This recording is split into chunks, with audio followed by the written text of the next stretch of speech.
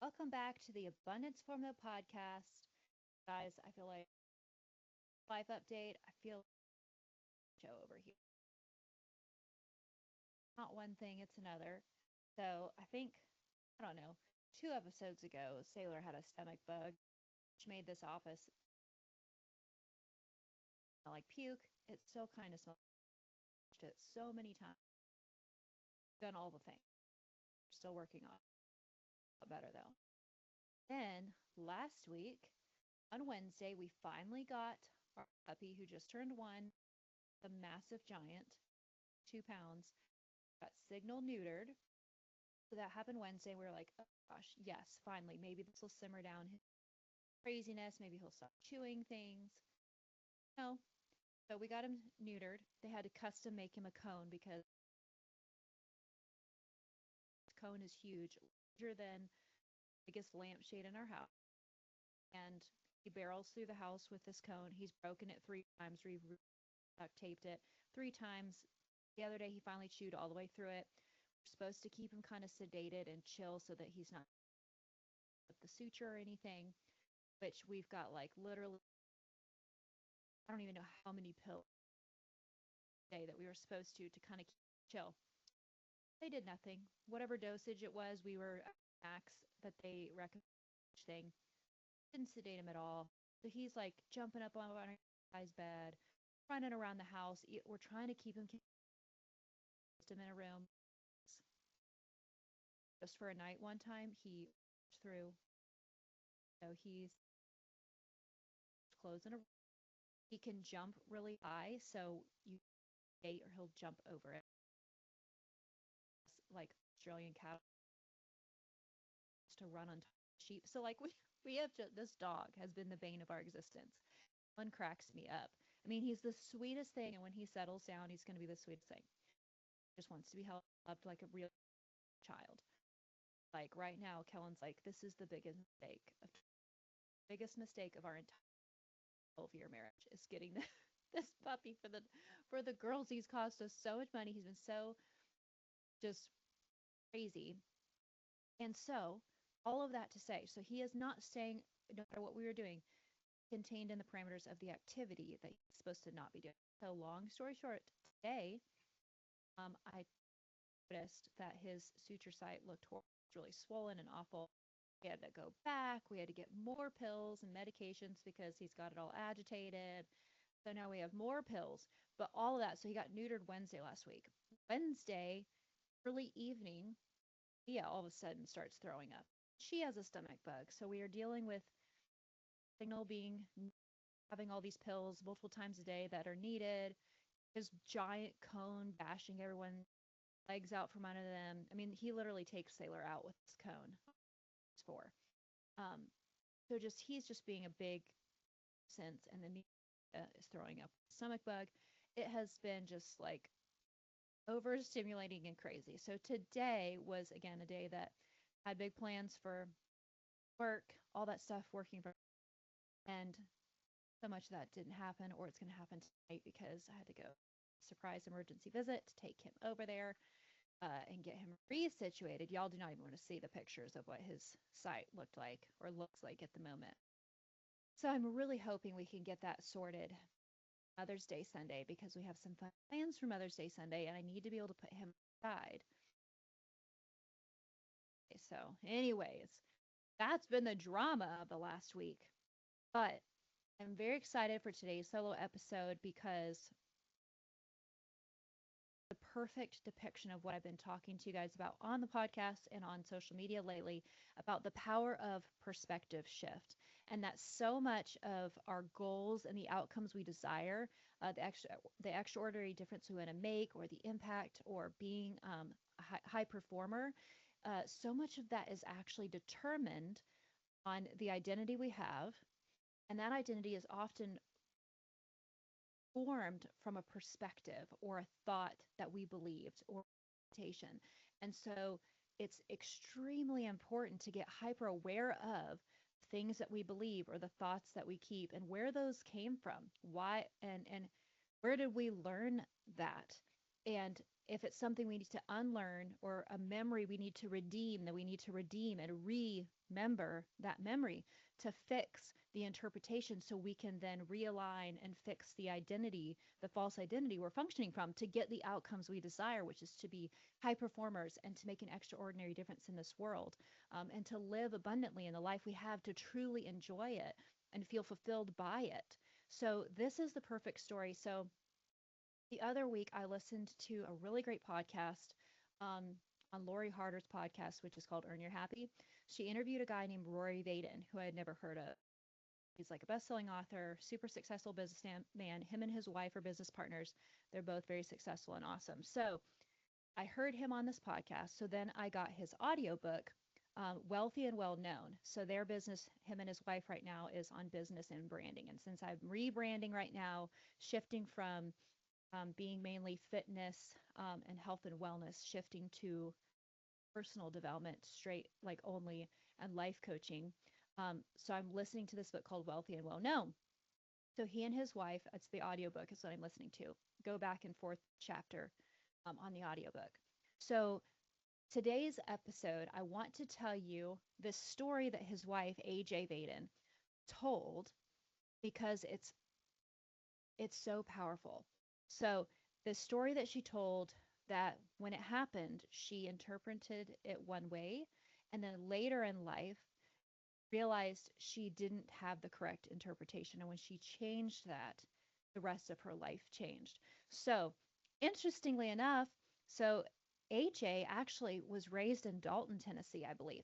And so, which is like right near where we live here in Chattanooga. So, in this story that she's telling in this book, she says that she was the middle child of three kids, and she had a brother that was older and one that was younger. I think the older brother was maybe 10 and she was 7, and then the younger brother was 5. And her and her family, so her parents, were driving from Dalton to Chattanooga, literally to Chattanooga, for something they were going to do. And they became stopped on the interstate on literally I-75, uh, and they got hit. They got rear-ended by a semi truck going 75 miles per hour. So they got hit. They were the first car hit that became turned into a 13 car pileup. So her and her siblings, she was sitting in the middle, and then a brother on either side, and then her parents obviously in the front. So they got hit from behind, the first car that got hit directly from this semi truck. So the accident was catastrophic. Both her brothers were reported like dead on scene. However, they were still flown for emergency services. And long story short, both her brothers ended up being revived and surviving without any long term disabilities. Like the younger brother, who was in a coma for 3 months, ended up just suddenly waking up and asking for Rice Krispie treats when they were like saying, trying to talk to the parents and saying, might need to, take him off life support because even if he, for some reason, does wake up, he's not going to be in a functional state and all this stuff. Well, so miraculously, he does wake up and he's fine. The other brother gets revived as well, a lot of injuries, but like ends up being fine. Both parents were had severe injuries. They survived. So AJ herself, though, literally, besides being trapped in the vehicle, she was the last one to be removed, didn't have a scratch on her. She ended up having to sit on the side of the road for a while because her parents were taken off to a hospital and her brothers were being flown off in helicopters, and she was alone for a while, and she kind of got carted around until ultimately back with her family, but she was unharmed. So the story, of course, of her brother's miraculous survival and her parents and like all of this spread through the community. And her brothers basically became kind of famous for being these miracle children. And they, of course, became spokespeople for the hospital and, poster kids and all this stuff. And so basically, anyone who would ask then her, AJ, about the family story, then she got used to telling them about like her miraculous brothers and how they both were pronounced dead on the scene, but then they became back to life. She became very familiar with the story of their amazing, the amazing miracles that they were and that God saved them. They're believers, and so they believe God saved them and all this wonderful stuff. And so she got used to that. But what she didn't realize, and she's saying this in her storytelling, is that she had a hidden identity wound and she didn't realize it at the time. But while everyone was focused on her brother's miraculous survival, she developed a completely different internal narrative. She basically forming the quiet identity of I am not important. I'm not special. My story doesn't matter. Like, I'm not seen. These are just things that inadvertently she started to feel and believe because they were the miracles, right? So in her mind, her brothers were the miracles. Her family's testimony was about them, and she was simply just in the background or part, promoting them along the whole way. And this perspective ended up shaping her insecurities for years and validation seeking. And she said she kind of did a lot of things and had a lot of painful decisions that she wished that she wouldn't have done to prove her worth over time. Like her, since her, and she didn't necessarily say this part in depth, but she did say she everything became a focus for her of like how can I be special? How can I be seen? Because she didn't feel special or important. She did things she wished she wouldn't have done to try to overperform or overcompensate to be seen. And so her life just became about proving her worth, and it was really damaging to her long term up to that point. But then she had a perspective shift that changed everything. So later in life, while she was at a dinner, there was a physician at her table that asked, "Hey, I heard your family has an incredible story. Will you tell me your story?" So she was like, "Yeah, I can tell you the story." She gave the usual spiel about telling about her brothers and all that stuff. And then the physician who was listening said, "Wow, you're such a miracle." And she was like confused for a minute. And AJ was like, "No, my brothers are the miracles. This is what happened." And she's like, "No, no, no." The physician stopped her. She goes, "No, everyone around you was gravely injured. Everyone had massive trauma, yet you survived this horrific event, sitting in the back seat in the middle, and God put a perfect bubble around you so that you came out completely unharmed." She's like, "You're a miracle. You're the miracle. You have something special to do. Like God protected you completely for something big." And that was the first time her perspective had ever shifted to think, wait, I'm a miracle too. Like, God didn't spare her because she was insignificant. He preserved her for purpose.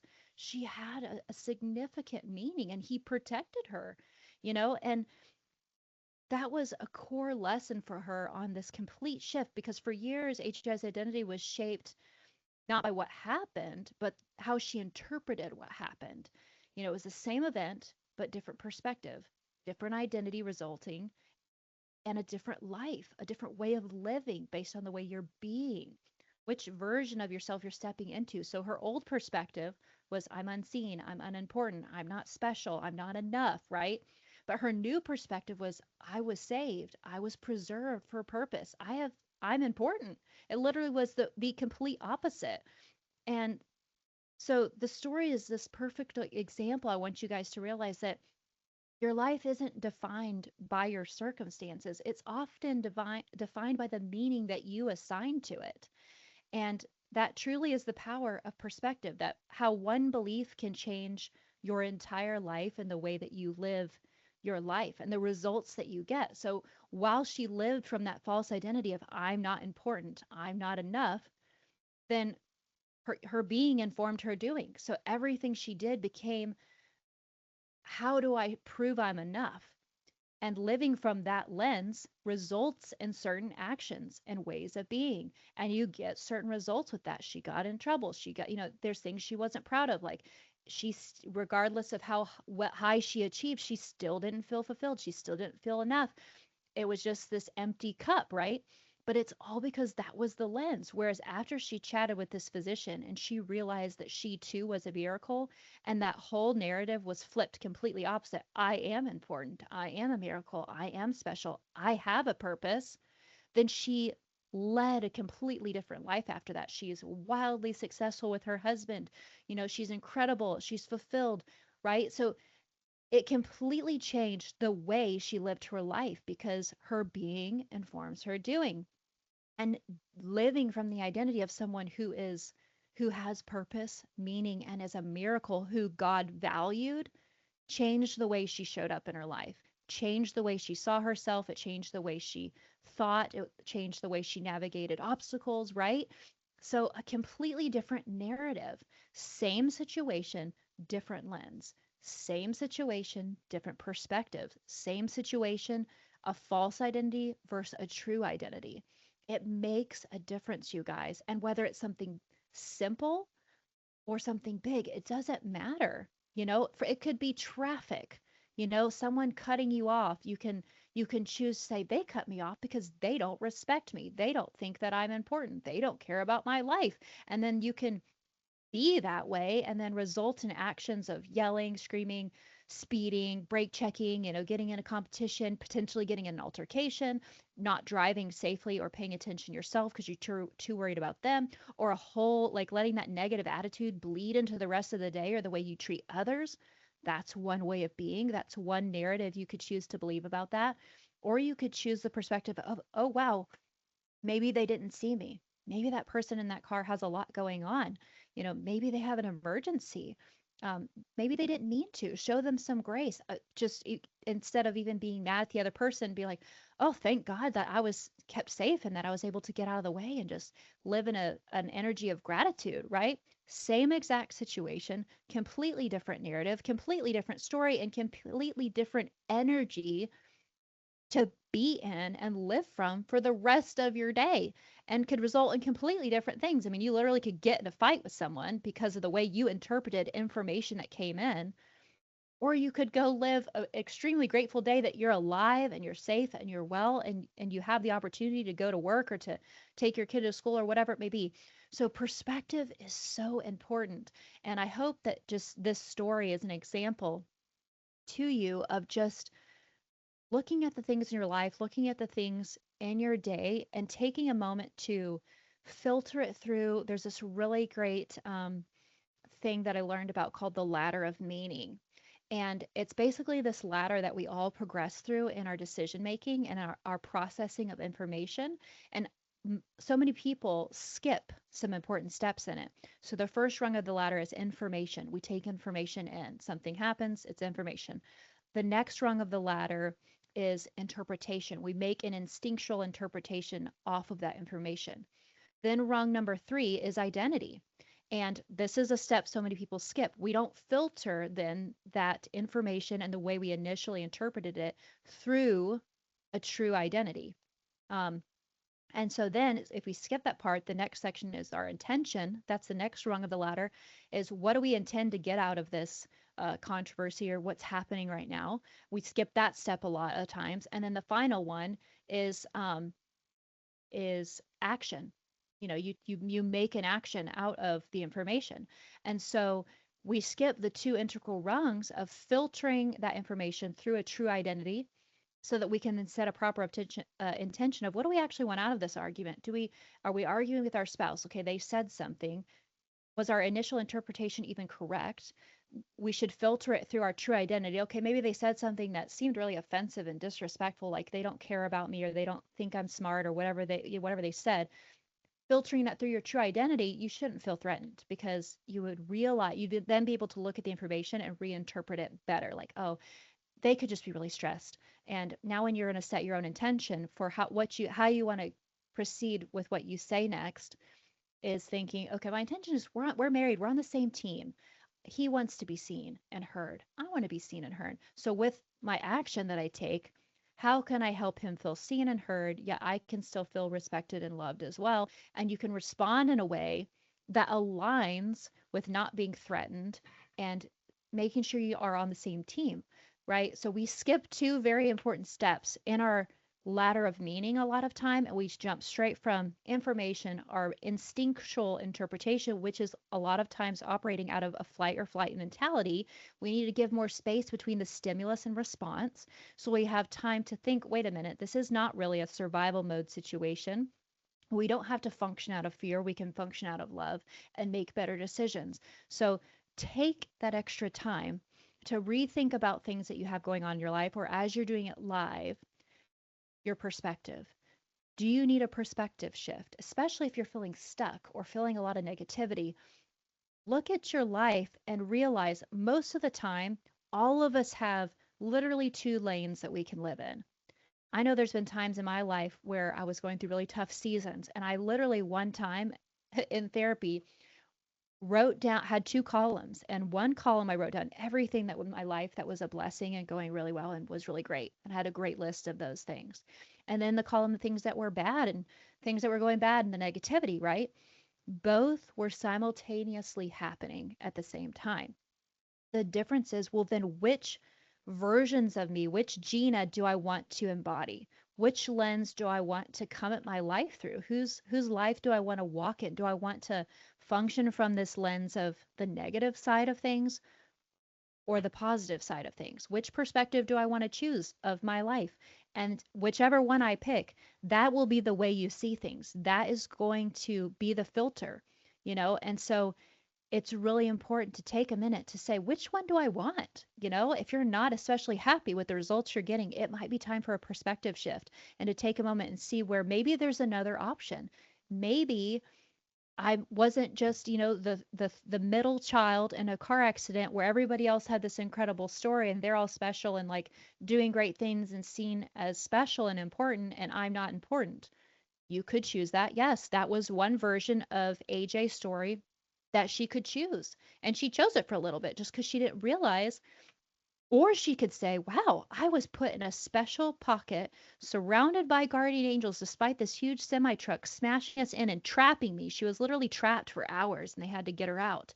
Like that was a miracle. And like, wow, you walked away unscathed. Like God had you in like his the palm of his hand and protected you. How special is that? Like, and so she had never thought about that. So I hope that this episode can trip a wire in your brain to think, maybe I didn't see something in my life that way. Maybe you are seeing it from the wrong angle.